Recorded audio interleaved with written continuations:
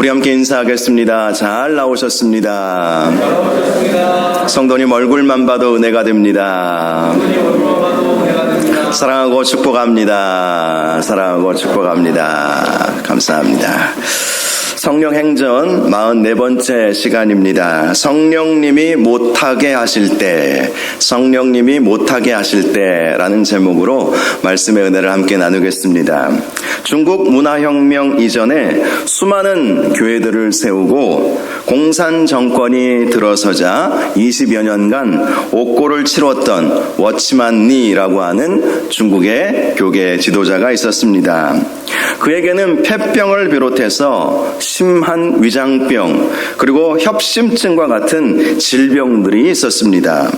어느 날 작정을 하고 마치 바울처럼 하나님께 자신의 이러한 질병을 고쳐 주옵소서 기도하기 시작했습니다. 그런데 하나님은 그에게 성경에 나와 있는 바울에게도 우리 주님이 말씀하여 주셨죠. 내 은혜가 내게 족하도다. 이런 음성을 들려주셨던 것입니다. 처음에는 이해가 되지 않았습니다. 자기 생각에 하나님의 은혜는 내 이 질병이 고침받는 것인데 왜 하나님은 이 병은 고쳐주지 않고 내 은혜가 너에게 족하도다 이렇게 말씀하셨느냐는 것입니다. 그러던 어느 날 잠을 자다가 꿈을 꾸었습니다. 배를 타고 양쯔강을 내려가고 있었는데 앞에 커다란 바위가 있었던 것입니다. 이대로 가다가는 배가 그 바위에 부딪혀서 배가 파손할 위기가 생기게 된 것입니다. 그때 워치만 리는 하나님 앞에 기도하기 시작했습니다. 하나님, 저 바위를 빨리 옮겨주십시오.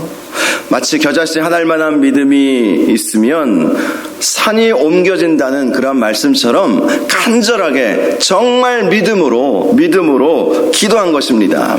그런데 그렇게 기도를 했어도 산은 너무 커서 그렇다 치고 이 바위 하나 옮겨지지 않았던 것입니다. 대신 물이 점점 불어나기 시작했습니다. 그리고 배가 바위에 부딪힐 때쯤에는 배가 물 위로 지나갈 수 있을 정도로 물이 불어나서 그 배가 바위에 부딪히지 않고 그 바위를 지나가게 된 것입니다. 꿈속에서요. 꿈에서 깬 워치만 리는 하나님께서 말씀하신 내 은혜가 내게 족하도다. 이 의미가 무엇인지 깨닫게 되었습니다. 그는 자기에게 있는 폐병, 위장병, 협심증 이런 질병이 중요한 것이 아니라 하나님의 은혜가 더 중요하구나. 하나님의 은혜가 크면 그러한 질병을 넘어갈 수 있겠구나. 그런 생각을 갖게 된 것이죠. 비록 그 질병이 나에게 그대로 있습니다. 바위가 그대로 존재하듯이 그 질병은 나에게 있습니다. 그 어려움은 나에게 있습니다. 그런데 하나님께서 주신 은혜가 커버리면 그것을 넘어가 버린다. 그 강력한 진리를 깨닫게 된 것이죠. 그 이후로 워치만 리는 자신의 질병을 고쳐달라는 기도를 하지 않았다고 합니다. 그리고 어떤 어려운 상황들을 만난다 할지라도 그 어려움을 이길 수 있도록 은혜 주십시오. 그렇게 기도하게 되었다는 것입니다. 그러한 기도로 인해서, 그러한 하나님의 은혜로 인해서 그는 공산주의에 의한 수많은 핍박 속에서도 믿음을 지킬 수 있었던 것이고 수많은 책들을 써내고 또 중국의 기독교인들을 이렇게 믿음으로 양육할 수 있었다는 것이죠. 나중에 중국이 개방되었을 때에 놀라운 역사들이 있었죠. 중국에 있는 교회들은 공산주의에 의해서 다 사라져버릴 줄 알았는데 오히려 이 공산주의의 핍박이 오기 전보다 수백 배, 수천 배 부흥되어 있는 역사가 일어나게 된 것입니다. 그러한 놀라운 역사가 어떻게 일어나게 되었습니까? 핍박이 와도 아무리 어려움이 와도 은혜 받으니까 이 중국의 그리스도인들은요 교회당이 무너지고 또 목사님들이 순교를 당하고 선교사들은 다 쫓겨났을지라도 335 각 가정마다 모여가지고 찬양하고 기도하고 예배했어요. 그래서 이 중국 가정교회 예배는요 기본 3-4시간씩 예배를 드립니다. 우리는 보통 1시간 정도 예배 드리면 충분하다 이렇게 생각하지만 제가 중국에서 그 젊은 청년들을 한번 가르치고 온 적이 있었거든요. 정말 하루 종일 말씀을 듣는데 정말 아침에 9시부터 시작해서 12시까지 3시간 말씀 전하고 중간에 1시간 밥 먹고 잠깐 쉬었다가 2시부터 또 6시까지 말씀 전하고 그리고 저녁 식사하고 나서 저녁 7시부터 10시까지 말씀을 전하는데요. 그 정도 하루 종일 그것도 일주일 동안 저도 힘들었지만 학생들도 얼마나 힘들까 이런 생각을 해볼 수도 있는데 오히려 더 많은 말씀을 전해달라고 눈망울이 초롱초롱하면서 그 청년들이 그 말씀을 사모하고 기대했던 그 모습을 지금도 기억하고 있습니다. 그렇습니다. 은혜 받으니까 아무리 핍박이 와도 아무리 어려움이 와도 이겨낼 수 있었던 것이지요. 특별히 성령님께서 하시는 말씀에 순종할 때 하나님의 은혜가 오게 되는 줄 믿으시는 저와 여러분들 되시기를 바랍니다. 내 은혜가 내게 족하다. 처음에는 이해가 되지 않았지만 그 의미가 무엇인지 알게 되는 거예요. 하나님의 은혜가 이 질병보다 더 중요한 것이구나. 비록 이 질병이 고침받지 않았다 할지라도 하나님의 은혜가 임하기만 하면 그 질병을 넘어가게 되는 것이구나. 이런 생각을 하게 된 것이죠. 오늘 말씀을 보면 성령님께서 사도 바울과 그의 일행에게 못하게 하시는 말씀이 나오고 있죠. 자, 사도 바울은 아시아로 가기로 계획을 세웠습니다. 사도 바울은 지금 2차 선교 여행 중에 있었습니다. 원래 1차 선교 여행 지역을 다시 돌아보는 것이 사도 바울의 2차 선교 여행의 계획이었습니다. 그렇게 자신이 1차 선교 여행 때 복음을 전했던 교회들을 다 돌아보고 난 다음에 이제 아시아로 내려가야 되겠다 이렇게 생각을 한 것입니다. 당시 소아시아, 오늘날로 말하면 아나톨레 반도라고 하죠. 지금 터키 지역을 말하는데요. 그 지역은 크게 세 지역으로 나누었습니다. 사도 바울이 1차 선교여행 때 복음을 전했던 지역을 보통 갈라디아 땅이라고 이야기합니다. 우리가 성경에 보면 갈라디아서가 있죠. 이 갈라디아는 어떤 한 도시를 말하는 것이 아니라 예를 들어서 호남지방, 영남지방, 그 호남과 영남 지방에 여러 도시들이 있는 것처럼 바로 그러한 넓은 지역을 말하는 것입니다. 사도 바울이 1차 선교 여행을 했던 곳은 갈라디아 중에서도 남쪽이었어요. 그래서 주로 남갈라디아라고 불렀습니다. 그리고 북쪽에 있는 땅을 북갈라디아로 그렇게 불렀어요. 전라남도, 전라북도, 충청남도, 충청북도 하듯이 남갈라디아, 북갈라디아로 이렇게 나누었고요. 그리고 이 에게해 쪽이라고 그러죠. 바닷가 해변 쪽으로 있는 그 지역을 아시아 지역이라고 불렀습니다. 보통 우리가 말하는 소아시아, 이렇게 좁게는 그렇게 말하죠. 아시아 땅으로 그렇게 부른 것이죠. 자, 사도 바울은 이제 1차 선교 여행 때 복음을 전했던 남갈라디아 지역을 이제 순회를 다 한 것이죠. 그리고 이제 그 왼쪽에 있는 아시아 지역으로 가려고 계획을 세운 것입니다. 그런데 성령께서 아시아에서 말씀을 전하게 하지 못하셨다 이렇게 말씀하고 있지 않습니까? 오늘 본문 6절 성령이 아시아에서 말씀을 전하지 못하게 하시거늘 그들이 부르기아와 갈라디아 땅으로 다녀가 이렇게 말씀하고 있지요. 자, 사도 바울의 원래 계획은 남갈라디아 땅에서 복음을 전하고 그 옆에 아시아로 가려고 한 것입니다. 아시아의 대표적인 도시는 에베소입니다. 에베소. 성경에도 에베소서가 있지요. 에베소가 아시아의 대표적인 도시예요. 그런데 성령께서 그 아시아로 가지 못하게 하시면서 부르기아와 갈라디아 땅으로 가게 되었다. 이 부르기아와 갈라디아 땅은 북쪽에 있는 갈라디아를 말하는 것입니다. 사도 바울은 왼쪽에 있는 아시아로 가려고 했지만 성령께서 북쪽으로 인도하신 거예요. 그래서 북갈라디아 땅으로 가게 된 것입니다. 6절 하반절과 7절 상반절을 보면 사도 바울은 부르기아와 갈라디아 땅으로 다녀가 무시아 앞에 이르러 비두니아로 가고자 애쓰게 되었다. 이렇게 말씀을 하고 있습니다. 비두니아라고 하는 도시는 갈라디아 이 북쪽의 북단에 있는 그러한 도시였습니다. 한마디로 사도 바울은 하나님께서 성령님께서 아시아로 못 가게 하니까 이 북갈라디아 지역을 전체를 다 돌고자 애쓰게 되었다는 것입니다. 자, 특별히 여기 다녀갔다라는 표현을 보면 그냥 지나쳤다 이렇게 생각하기 쉽지만 꼭 그렇지는 않습니다. 사도 바울의 성격상 그냥 지나가지는 않았겠죠. 다니면서 복음을 전했을 것입니다. 특별히 이 북갈라디아 지역은요, 당시 로마 사람들이 야만족이라고 생각했던 켈트족이 주로 살았던 지역이었어요. 그러니 그곳은요, 로마 사람들이 잘 가려고 하지 않았어요.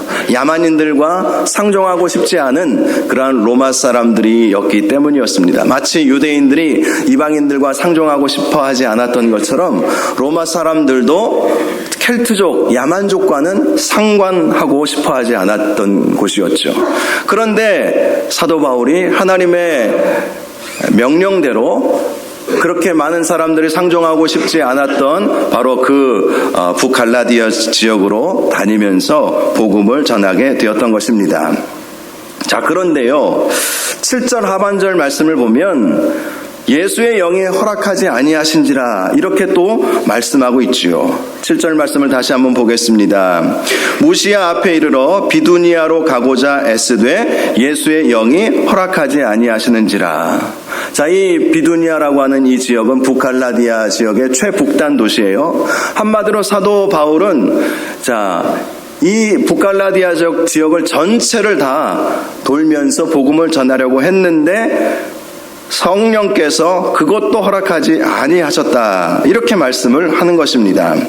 그래서 8절을 보면 무시아를 지나 드로아로 내려가게 되었습니다. 이 드로아라고 하는 곳은 이제 이 아시아와 이 북갈라디아 지역의 이 중간에 있는 도시예요. 이 말씀을 통해서 알 수 있게 되는 것은 당시 사도 바울이 처음에 아시아로 가고자 했던 그 계획대로 아시아로 내려가야 되겠다 이렇게 생각을 하게 된 것 같습니다. 그런데 예수의 영께서 아시아로 내려가는 것을 계속해서 막으시는 것이었습니다. 자, 그리고 9절을 보면 밤에 환상을 보게 되죠. 바울에게 보이니 마게도냐 사람 하나가 서서 그에게 청하여 이르되 마게도냐로 건너와서 우리를 도우라 이러한 음성을 듣게 되었던 것입니다. 자, 사도 바울의 계획이 다 바뀌는 거예요. 처음에 생각했던 계획과는 완전히 다른 방향으로 그렇게 하나님께서 인도해 가시는 것을 말씀을 통해서 보게 되는 것입니다. 그의 모든 계획이 그대로 이루어진 것이 하나도 없어요. 처음에 계획했던 이 남갈라디아 지역 1차 선교여행 때 복음을 전했던 그 지역을 다 돌아보고 난 이후부터는 사도 바울의 계획대로 되는 것이 하나도 없었습니다. 계획을 세웠지만 성령께서 다 막으시는 거예요. 아시아로 가려고 했지만 못 가게 하시고, 그래서 북갈라디아 지역을 돌아다니면서 이 북갈라디아 지역의 가장 최북단의 도시로 올라가려고 했지만 그것도 막으셔서 그러면 다시 아시아로 가는 것이 하나님의 뜻인가 보다 하고 아시아로 내려가려고 했는데 성령께서 환상을 보여주신 것이죠. 그 환상이 바로 일명 마게도냐 환상이라고 말합니다. 마게도냐 사람들이 나타나서 건너와서 우리를 도우라 이런 환상을 보게 된 것입니다. 마게도냐는 당시 유럽의 이 관문 지역이라고 할 수 있습니다. 마게도냐도 도시는 아니에요. 마게도냐의 대표적인 도시가 빌립보 그리고 그 유명한 베레아 이런 도시들이 마게도냐의 대표적인 도시들이죠. 마게도냐 지역으로 건너오라는 것이었죠. 자, 그래서 10절을 보면 바울이 그 환상을 보았을 때 우리가 곧 마게도냐로 떠나기를 힘쓰니 이는 하나님이 저 사람들에게 복음을 전하라고 우리를 부르신 줄로 인정함이로라. 이 말씀에서 아주 독특한 단어가 하나 있습니다. 우리라고 하는 이 단어가 등장하고 있어요. 이 우리라고 하는 단어를 어떻게 해석할 수 있겠습니까? 사도행전의 저자인 누가가 지금 이 자리에 함께 하고 있다. 이 사실을 발견할 수 있는 것이죠. 자, 말씀을 보시면 우리가 곧 마게도냐로 떠나기를 힘쓰게 되었다. 사도 바울이 마게도냐 환상을 보았으니 아무래도 우리가 에게해를 건너서 유럽으로 넘어가야 되겠다. 지금도 이 터키 지역이 유럽과 아시아의 이 중간 지점 아니겠습니까? 그래서 유럽으로 넘어가야 되겠다. 유럽 지역으로 넘어가야 되겠다. 사도 바울이 이야기하니까 함께 동행했던 일행들이 마게도냐로 떠나기를 힘쓰게 되었다. 이렇게 말씀하고 있습니다. 당시 바울과 동행했던 사람은 바로 처음부터 데리고 다녔던 실라가 있었죠. 그리고 더베에서 제자 삼아서 데리고 다녔던 디모데가 있었습니다. 디모데에 대해서는 지난주에 말씀을 살펴보지 않았습니까? 그리고 이제 오늘 말씀을 보면 우리라고 하는 이 단어를 통해서 누가가 지금 함께하고 있구나, 이 사실을 발견할 수 있지요. 저는 말씀을 보면서 왜 성령님께서 당장 아시아로 가지 못하게 하셨을까? 이 누가를 만나게 하시기 위해서 아닌가, 이런 생각을 하게 되었습니다. 이 누가는 언제부터 동행하게 되었겠습니까? 오늘 이 말씀을 보면 그는 이 북갈라디아 지역을 사도 바울이 이렇게 전도하면서 그때 만나게 된 사람으로 그렇게 보이죠. 그전에는 우리라고 하는 단어가 등장하지 않아요. 제일 처음 등장하고 있는 이 단어, 이 우리라고 하는 이 말씀이 바로 이 10절에 나와 있는, 여기에 가장 처음으로 우리라고 하는 말씀이 등장하고 있습니다. 자, 여러분, 하나님께서 못하게 하실 때에는 더 좋은 것이 예비되어 있기 때문 아니겠습니까? 믿으시기 바랍니다. 하나님께서 하지 말라고 하실 때에는, 그것이 아니라고 하실 때에는 더 큰 것, 더 좋은 것이 예비되어 있기 때문 아니겠습니까? 아시아로 가지 못하게 하셔서 북갈라디아 지역으로, 부르기아와 갈라디아 땅으로 돌아다녔을 때 가장 좋은 것을 얻게 되었는데 바로 누가를 동역자로 만날 수 있게 되었다는 사실을 이 말씀을 통해서 발견할 수가 있는 것이지요. 누가가 누구입니까? 누가는 의사였습니다. 그리고 이 누가는요, 사도 바울과 만난 이후부터는 늘 사도 바울과 함께 했어요. 늘 사도 바울과. 그가 로마 감옥에 갇혀서 순교당하기 직전까지도 이 말씀을 보면 디모데후서 4장 11절, 이 디모데후서는 사도 바울이 순교 직전에 쓴 편지 아닙니까? 말씀을 보면 이렇게 나와 있습니다. 누가만 나와 함께 있느니라. 한마디로 평생의 동역자를 하나님께서, 예수의 영이 아시아로 가지 못하게 하심으로 만나게 되었다는 것이죠. 평생의 동역자를 만나게 되는 축복. 그렇다면 아시아는 어떻게 되겠는가? 여러분, 아시아는요, 사도 바울이 마게도냐 지역을 건너가서 복음을 전하고 그 밑에 고린도에서 복음을 전하고 그 다음에 아시아로 가게 했습니다. 그러니 아시아에서 복음을 전하지 못하게 했다라는 것은 하나님께서 그때는 아직 때가 아니라는 것이었죠. 때가 아니니까 북갈라디아 지역으로 돌아다니면서 복음을 전하고 거기서 누가를 만나게 하시고, 그리고 마게도냐에서 복음을 전해서 루디아와 같은 자주장사, 이 루디아가 누구입니까? 사업을 하는 여인이었어요. 사도 바울에게 있어서는 가장 든든한 후원자였습니다. 가장 든든한 후원자. 그리고 빌립보 교회는요, 사도 바울이 감옥에 갇혔을 때 물심양면 후원해 주었던 교회였어요. 다른 교회들도 물론 후원을 해 주었지만 가장 열심으로 사도 바울을 도와주었던 그 교회가 바로 빌립보 교회였습니다. 그러니 아시아로 내려가지 못하게 하신 하나님의 뜻이 있지 않겠습니까? 누가 평생의 동역자, 사도 바울은 여러 질병들이 있었잖아요.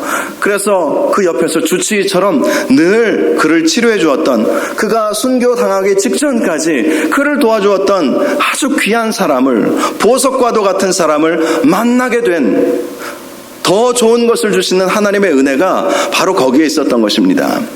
그리고 아시아에서는 그때는 하나님이 가지 못하게 하셨지만 마게도냐를 거쳐서 고린도 지역을 거쳐서 이제는 마지막에 아시아에 들어가서 복음을 전했는데요. 아시아의 이 에베소 지역에 사도 바울이 얼마나 있었는지 아십니까? 3년 6개월 동안 있었습니다. 보통 사도 바울이 어느 지역으로 가면 길어야 6개월, 짧으면 2, 3주 이렇게 복음을 전하고 이렇게 돌아와요. 근데 만약에 처음에 사도 바울이 아시아로 갔었다면 아시아 에베소에서는 길어야 한 2, 3개월 복음 전하다가 또 다른 곳으로 갔었겠죠. 그런데 2차 선교 여행을 거의 다 마무리할 즈음에 하나님께서 그때 아시아로 사도 바울을 보내셔가지고 그곳에 3년 6개월 동안 사도 바울의 선교 역사상 가장 오랜 동안 머무르게 했던 것을 볼 수가 있는 것이죠. 그러니 성령께서 못하게 하시고 예수의 영이 허락하지 아니하신 것이 당장 사도 바울에게 있어서는 속상한 일이 될 수도 있어요. 처음에 계획했던 대로 되지 않았으니까. 그리고 사도 바울에게 있어서 그의 리더십에 큰 타격이 될 수도 있는 문제 아니었겠습니까? 저는 참 이 함께 동행했던 사람들이 참 고맙다 이런 생각이 들어요. 사도 바울은 지금 계획을 여러 번 바꿨어요. 자, 우리 이제 아시아로 갑시다. 그랬는데 다음날 하나님께서 아시아가 아니라고 말씀하셔서 다른 지역으로 가야 되겠다고. 그래서 같이 하는 동행자들이 다른 지역으로 따라갔습니다. 그리고 한참 복음을 전하다가 또 이제 우리 비두니아로 갑시다. 사도 바울이 이야기했는데 그 다음날 갑자기 비두니아가 아닌 것 같아요. 이제 다시 아시아로 내려가야 되겠습니다. 그리고 이제 준비를 했어요. 그런데 그 다음날 또 나타나더니 아시아가 아니라 마게도냐로 가야 될 것 같아요. 계속해서 계획을 수정하는 거예요. 만약에 입장 바꿔놓고 제가 그랬다면 여러분들 아마 이상한 눈으로 저를 바라보지 않으셨겠습니까? 아니, 목사님이 이 일을 하겠다고 했는데 왜 그 일을 안 하시지? 그래서 다른 일을 그러면 그 일이 더 좋은 일인가 보다 하려고 했는데 또 그 다음날 그 다음 주에 이것이 아닌 것 같아서 다른 방향으로 가겠습니다. 거기까지는 보통 참으실 거예요. 그래도 저와 여러분의 관계가 있기 때문에. 그런데 그 다음 주간에 또 와서 그동안 세웠던 계획 다 백지화하고 다른 계획으로 다른 방향으로 가겠습니다 하면 뒤에서 웅성웅성거리지 않겠습니까? 그런데 이 동역자들이 다 순종해 주었죠. 참 고맙다 이런 생각이 들어요.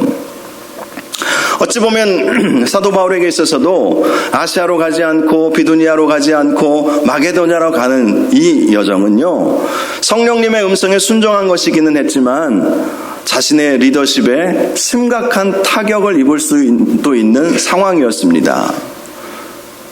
그럼에도 불구하고 사도 바울은 성령께서 말씀하셨기에 그 말씀에 순종했던 것이고, 그 순종한 결과로 누가를 만나게 되었고, 또 마게도냐 지역으로 건너가서 빌립보 교회에서 또 루디아를 만남으로 인해서 든든한 후원자를 만나게 되었고, 본래 계획했던 아시아의 그 에베소 지역은 3년 6개월이나 머무르면서 가장 사도 바울과 깊은 정을 나누는 그러한 지역이 되었던 것입니다. 사도 바울이와 3차 선교 여행을 다 마친 다음에 예루살렘으로 가는 길에 에베소 교회 장로들을 이제 어느 곳에, 그 에베소로 다시 들어갈 수는 없었기 때문에 에베소 교회 장로들을 초청해서 함께 만나면서 석별의 정을 나누는 장면을 나중에 우리가 보겠지만, 서로 부둥켜 안고 엉엉 울면서 그 헤어짐이 너무 아쉬워서, 당시 에베소 교회 장로들은 사도 바울이 예루살렘으로 가게 되면 아마도 사도 바울과는 마지막 만남이 되겠구나 직감을 했어요. 사도 바울은 예루살렘에 갔다가 다시 로마로 죄인 신분으로 로마로 압송된 이후에 잠시 풀려나기는 했지만 그 이후에 다시 로마 감옥에 갇혀서 순교당하지 않았습니까? 사도 바울에게 있어서 가장 깊은 정을 나누었던 사람들이 이 아시아에 있는 교회 성도들이었습니다. 당장 생각해보면 하나님께서 이루어 주시지 않은 것이, 그것이 손해인 것처럼, 그것이 나에게 있어서는 나를 낙담케 만들고 다른 사람들이 자기 자신을 바라볼 때 이상한 눈으로 바라보게 되는 것처럼 그런 상황이 펼쳐질 수는 있을지 모르지만, 여러분, 우리 하나님은 다 계획이 있으심을 믿으시기 바랍니다. 예수님도 구하라 찾으라 문을 두드리라 이렇게 말씀하시면서 하나님 아버지께서 자기 자식에게 좋은 것을 주시지 아니하겠느냐 이렇게 말씀하지 않으셨습니까? 구한 것이 좋은 것이라고 우리는 생각하지만 그렇지 않을 수 있다는 것입니다. 구한 것보다 더 좋은 것을 주시는 분이 바로 우리 하나님이시라는 사실을 저와 여러분들 꼭 믿으시기 바랍니다. 구한 것보다 더 좋은 것, 하나님이 보시기에 더 좋은 것이 분명히 있지 않습니까? 에베소서 3장 20절에 사도 바울이 이런 말씀을 했어요. 우리가 구하거나 생각하는 모든 것에 더 넘치도록 능히 하실 이, 그분이 누구십니까? 우리 주 예수 그리스도이십니다. 우리가 구한 것, 우리가 생각한 것보다 더 넘치도록 더 좋은 것으로 능히 해주실 그분이 바로 우리 주님이신 거예요. 그러니 때로는 우리가 기도했을 때 당장 하나님께서 그 기도를 안 들어주신다 할지라도 여러분 낙담할 필요가 전혀 없는 것입니다. 하나님은 더 좋은 것을 예비해 주셨음을 믿으시기 바랍니다. 어떤 목사님 간증을 들어보니까 그분은 어렸을 때 소아마비를 앓게 되어서 다리가 굉장히 많이 불편했다고 합니다. 그래도 중학교 때 하나님의 은혜를 받고 목회자가 되어야 되겠다 이렇게 생각을 하고 이제 고등학교를 졸업하고 신학대학에서 공부를 시작하게 되었습니다. 그런데 가만히 생각해 보니까 자신의 이 불편한 다리가 사역의 걸림돌이 될 것 같아요. 그래서 정말 믿음으로 하나님 앞에 간절히 기도하기 시작했습니다. 정말 믿음으로. 진짜 그분 간증에 의하면 진짜 믿고 기도했다는 거예요. 정말 믿음으로 기도했다는 거예요. 물론 우리 믿음이 연약하겠지만 그분에 의하면 정말 거짓말 안 하고 정말 믿음으로 간절히 기도했는데 다리가 고쳐지지 않는 거예요. 그러다가 어느 신유 집회하는 곳이 있어서 그분이 이제 신학생 시절에 그곳으로 이제 가게 되었대요. 그 교회는 큰 교회는 아니었는데 그리고 성도들도 얼마 없었대요. 신유 집회이기 때문에 말씀을 듣고 찬양하고 말씀 듣고 예배 드린 다음에 이제 강사가 기도해 주는 시간이 있지 않습니까? 그래서 자기도 그 자리에 가서 그 목사님에게 안수기도를 받았대요.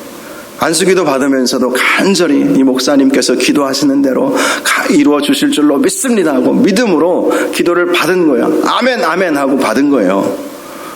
그러고 나서 다리를 보니까 그대로예요. 너무 화가 나가지고 하나님께도 화가 나지만 신유집회라고 광고해가지고 오라고 한 저 목사님한테도 화가 나가지고 그 목사님께 예배가 끝난 다음에 따져 물었다고 합니다. 내가 정말로 믿음으로 기도했는데 왜 내 다리는 고침받지 못했습니까? 그러자 그 목사님께서 이런 말씀을 해주셨대요. 사도 바울이 육체의 가시를 제거해 달라고 했을 때 그가 고침받았느냐 이렇게 물어보더래요. 그래서 이분이 고침받지 못했습니다 라고 대답을 했다고 합니다. 그런데 그 목사님이 하시는 말씀은 아니라는 거예요. 사도 바울은 고침을 받았다는 거예요. 그러면서 이런 설명을 해주었대요. 사도 바울이 자기 육체의 가시를 제거해 달라고 했었을 때에 성령님께서는 내 은혜가 내게 족하도다 이는 내 능력이 내게서 강하여짐이라 이 말씀을 해주지 않았느냐는 거예요. 그리고 사도 바울이 그 이후부터 자기 병을 고쳐달라고 기도했냐는 다시 질문을 하시더래요. 생각해보니까 다시는 기도하지 않았거든요. 내 은혜가 내게 족하도다 이는 내 능력이 약한 데서 온전하여짐이라 약한 데서 강하여짐이라 이 말씀을 듣고 사도 바울은 더 이상 기도하지 않았거든요. 더 이상 그 문제 가지고 기도하지 않았어요. 그러면서 그 목사님이 하시는 말씀이 사도 바울은 치유받았기 때문에 기도하지 않은 거라는 거예요. 비록 자기의 질병은 그대로 있지만 그 육체의 가시가 더 이상 자기를 찌르는 가시가 되지 않았기 때문에 그것 때문에 사도 바울이 고민하고 근심하고 위축되고 그러지 않았다는 거예요. 그 질병은 그대로 있을지라도 자기는 더 이상 그것이 자기 사역에 있어서 장애물이 되지 않는다는 강한 확신을 갖게 된 것이고, 사도 바울은 더 이상 그에게 어떤 질병이었는지는 모르지만 그 질병이 아니게 된 것이다, 그런 설명을 해주더랍니다. 그러면서 사도 바울은 질병에서 고침받았다. 중요한 것은 질병이 지금 당장 내 눈에서 사라지느냐 아니냐, 그것이 아니라 그 질병을 대하는 나의 태도가 어떻게 변하느냐, 거기에 달려있다는 것 아니겠습니까? 이 목사님이 깨달음을 얻게 된 거예요. 아, 그렇구나. 사도 바울에게는 여전히 그 질병을 가지고 있어도 오히려 그 질병 때문에 하나님의 능력이 자신을 통해서 더 강하게 역사하게 된다는 사실을 믿고 그의 삶이 완전히 바뀌었듯이, 이 목사님도 자신의 소아마비 그 질병, 그 장애는 그대로 있지만 이것이 나의 질병이 아니라 이것을 통해서 하나님 영광 받아 주옵소서, 이것이 나를 위축시키지 않게 하시고 오히려 더 열심히 하나님을 향해서 일하는 도구가 되게 하옵소서, 그렇게 그분의 기도 제목이 바뀌게 되었다는 것입니다. 그래요, 여러분, 병을 고쳐달라, 바위를 치워달라, 장애를 고쳐달라, 아시아로 가게 해달라, 비두니아로 가게 해달라, 그런데 성령님께서는 아니라는 거예요. 그럴 때도 있지 않습니까? 우리가 기도할 때 보면 하나님, 이 문제는 꼭 들어주셔야 됩니다. 하나님, 이거 꼭 들어주셔야 됩니다. 때로는 막 하나님께 하소연도 하고, 때로는 막 소리도 지르고, 하나님 앞에 협박 아닌 협박도 하고, 땡깡도 부리고, 삐지기도 하고 그러잖아요. 왜 안 그런 것처럼 저를 바라보세요. 열심히 기도하면 하나님께서 들어주신다고 하니까 정말 간절히 믿음으로 우리가 기도하지 않습니까? 우리가 기도할 때 믿음 없이 기도합니까? 믿음이 있으면 못할 것이 없다고 주님이 말씀하셨는데 우리가 정말 믿음이 없어서 안 되는 것입니까? 믿음으로 기도할 때가 더 많죠. 정욕으로 쓰려고 잘못 구할 때도 종종 있지만 우리의 모든 기도가 다 그렇습니까? 아니에요. 믿음으로 정말 기도합니다. 간절히 여러분들 기도하는 모습을 보면 간절히 기도하세요. 최선을 다해서 기도하세요. 겨자씨 하나일 만한 작은 믿음만 있어도 산을 옮길 수 있다는 말씀처럼 작지만 참되게 여러분 기도할 때가 더 많지 않습니까? 그런데 때로는 내가 기도한 대로 하나님께서 응답해 주시지 않을 때가 얼마나 많이 있는지 아십니까? 그 이유는 무엇이겠어요? 하나님이 못하게 하실 때, 성령님께서 아니라고 하실 때 그 이유는 무엇이겠습니까? 믿음이 없어서가 아니라는 거예요. 믿음이 없어서가 아니라 더 좋은 것을 예비해 주셨기 때문임을 믿어야 하는 것입니다. 하나님은 우리를 자녀 삼아 주셨기에 더 좋은 것이 무엇인지 잘 알고 계시지 않겠습니까? 내가 생각한 것보다 더 좋은 것, 내가 구한 것보다 더 좋은 것을 우리 하나님은 아신다는 거예요. 그러니 실망할 필요가 전혀 없는 것이죠. 응답이 안 됐다고 실망할 필요가 없는 거예요. 사도 바울이 아시아로 가려고 했던 그 계획이 다 수포로 돌아간 것처럼 보였지만 그러므로 인해서 사도 바울에게 있어서는 더 좋은 일들이 일어나지 않았습니까? 평생 자기의 질병을 치유해 줄 수 있는 의사를 평생 자기가 순교당하기 전까지 그를 만나게 되었고, 그리고 당시 로마 사람들은 상종조차 하기 싫어하는 켈트족에까지 가서 복음을 전하는 그런 일도 있게 된 것이고, 또 여러분 아시아에서 유럽으로 넘어가는 그 에게해라고 하는 바다를 넘어가는 그것이 당시 사람들에게 있어서는 쉬운 일은 아니었을지 모르지만 선교의 모델을 보여준 것이죠. 선교의 정의 중에 하나가 장벽을 넘어가는 거예요. 다른 사람들이 넘어가지 못한 그 장벽을 뛰어넘어가는 것이 선교의 시작 아닙니까? 사도 바울이 그 일들을 이루어냈던 것이죠. 전혀 문화권이 다른 이 아시아 문화권, 이제 그 소아시아 지역이나 가나안 이 지역, 이스라엘 지역이나 문화들이 거의 다 비슷해요. 그런데 마게도니아 지역으로 넘어가면 완전히 거기는 유럽 지역이라 문화가 완전히 다릅니다. 인종도 다르고 생김새도 다르고. 그런데 그렇게 넘어감으로 어떻게 선교해야 되는지 좋은 본도 보여주었고, 또 거기서 좋은 동역자들, 좋은 사람들도 만났고, 처음에 계획했던 그 아시아에는 더 오랫동안 머무르면서 그들과 깊은 교제를 나눌 수 있게 되었고, 이 에베소가 어떤 곳입니까? 처음에 사도 바울이 성령께서 못 가게 하셨던 그 아시아의 지역이 어떤 지역입니까? 요한계시록 말씀을 보면 끝까지 믿음 지켰던 교회가 거기에 있었어요.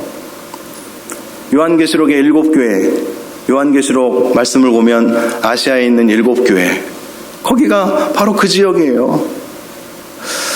생각해보면 하나님께서 더 좋은 것으로 응답해 주시지 않으셨습니까? 저와 여러분에게도 우리 하나님께서는 더 좋은 것으로 응답해 주실 줄 믿으시기 바랍니다. 우리 하나님은 정말 신실하신 하나님이세요. 우리를 사랑하시는 하나님이세요. 내가 계획한 것, 생각한 것 안 됐다고 여러분 좌절하거나 낙담하지 마시고 기대하시기 바랍니다. 하나님이 더 좋은 것을 주시려고 예비해 놓으셨구나. 그러한 기대감으로 기도하고 주님의 뜻을 바라보는 저와 여러분들 되시기를 주님의 이름으로 축원합니다. 이 시간 우리 함께 찬양하고 기도하도록 하겠습니다. 주님 말씀하시면 내가 나아가리다. 이 찬양 우리 함께 부르도록 하겠습니다.